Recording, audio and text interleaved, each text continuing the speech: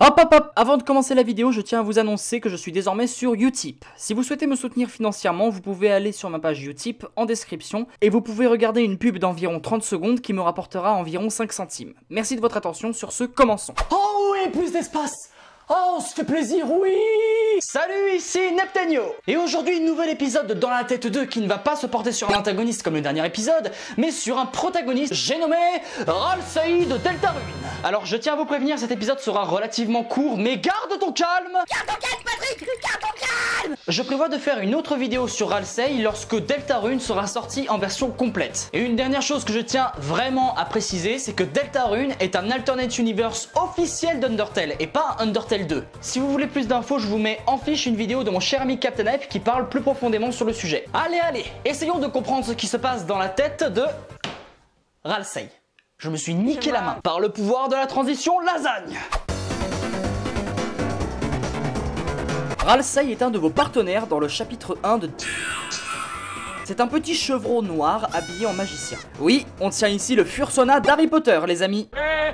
C'est un personnage qui déteste la violence, au total contraire de Suzy qui a tendance à casser des gueules pour résoudre les problèmes. Larry, what the hell Ce cher Fluffy Boy, comme il est allègrement appelé dans la fandom, joue un rôle très important dans la prophétie de la Deltarune. La prophétie qui raconte que l'ombre et la lumière vivaient en harmonie et que si jamais cet équilibre venait à être brisé, le monde tomberait dans le chaos. Et si cela venait à se produire, seuls 3 héros pourront sauver le monde, un humain, un monstre et un prince des ténèbres, et c'est Ralsei qui joue le rôle du prince des ténèbres. Cependant, quand vous le rencontrez pour la première fois dans le Castle Town, il vous dit qu'il a beau être un prince, mais il n'a pas un seul sujet. Il doit quand même bien se faire chier, hein. Quelqu'un veut faire un twister? D'accord. Bon, qu'est-ce qui peut se passer dans son crâne par rapport à ce qu'on peut savoir dans le chapitre 1? Tout d'abord, il est clair que Ralsei est un personnage qui ne désire que le bien du monde autour de lui. C'est également un personnage qui veut régler les problèmes de la manière la plus pacifique possible. Alors oui, quitte à se faire littéralement balancer à la tronche style home run sur la gueule d'un boss, du moment que ça finit pas en charcuterie, ça lui va. Ralsei est également montré comme étant un personnage hyper timide. Pour ceux qui ne savaient pas, il y a d'ailleurs un easter egg assez sympa où quand vous restez près de lui un certain moment, il se met à rougir, le coquinou. Ça nous montre bien que le petit chevreau désire quand même un minimum d'attention, au point où il a dit que ça ne le dérangerait pas d'éventer Chris avec une feuille tel un dieu égyptien, et il insiste même pour dire que si on veut le frapper, eh ben faut pas hésiter. Bah putain, j'ai pas envie de voir à quoi il va ressembler dans les prochains chapitres, hein, Ralsei, parce que... Oh oui, maître, pince-moi.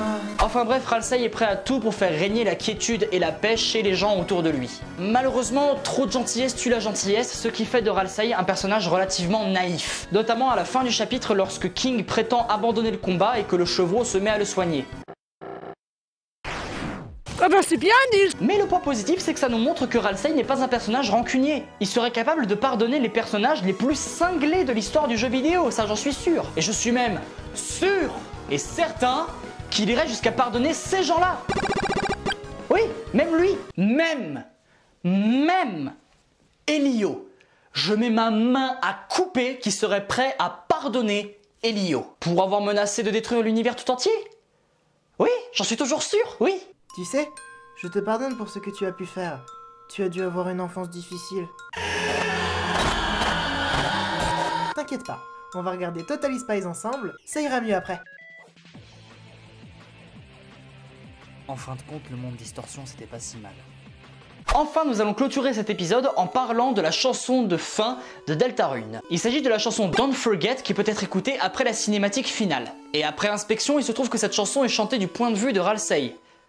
Enfin, à mon avis, quelque part dans ton âme, scintillant dans le froid, notre flamme, la promesse de nos âmes, n'oublie pas, je te guide dans le noir. Pour moi, ces paroles issues du deuxième couplet de la chanson sont adressées à Chris concernant la promesse qu'ils se sont faite après le combat contre King, celle de se revoir un jour ou l'autre. Du style, n'oublie pas notre promesse, un jour, on se reverra.